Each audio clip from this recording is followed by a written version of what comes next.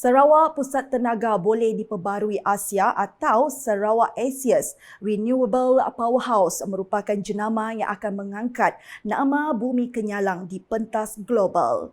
Premier Sarawak Dato' Patinggi Tan Sri Dr. Abang Abdul Rahman Zuari Tun Dato' Abang Openg berkata, inisiatif itu merupakan usaha ke arah kelestarian dari pelbagai sudut selaras dengan 17 matlamat pembangunan mampan kelolaan bangsa-bangsa bersatu.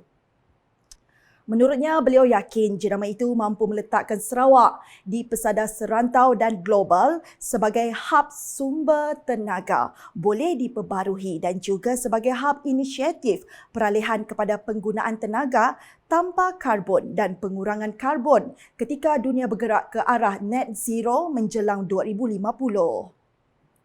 Sarawak mempunyai potensi 20 gigawatt daripada sumber hidro dengan kapasiti penjanaan sebanyak 5.4 gigawatt pada saat ini yang telah membolehkan Sarawak menyediakan tenaga rendah karbon dengan tarif yang kompetitif kepada para pelabur.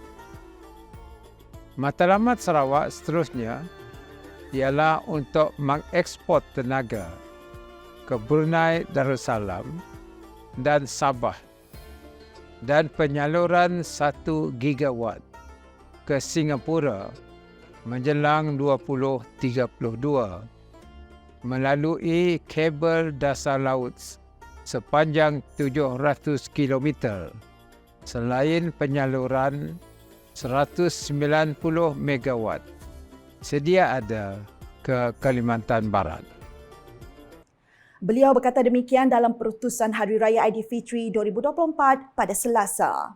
Premier Sarawak menambah negeri ini akan terus membangunkan potensi sumber tenaga hidronya dengan kaedah yang membawa kesan minimal kepada alam sekitar dan kehidupan manusia.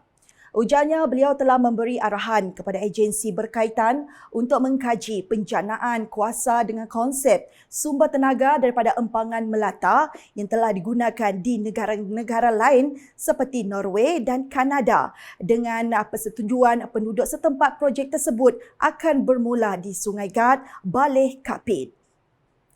Dalam perkembangan lain, Dato' Patinggi Abang Zuari berkata, Sarawak sebagai ekonomi perdagangan dengan lokasi yang strategik di rantau Asia mempunyai masa hadapan yang cerah untuk membina ekonomi berasaskan pembangunan pelabuhan yang bertaraf dunia. Jelasnya, penyerahan pelabuhan Bintulu kepada Sarawak harus dilihat dari segi mengintegrasikan pembangunan pelabuhan di Sarawak sebagai strategi baharu mentransformasikan ekonomi Sarawak.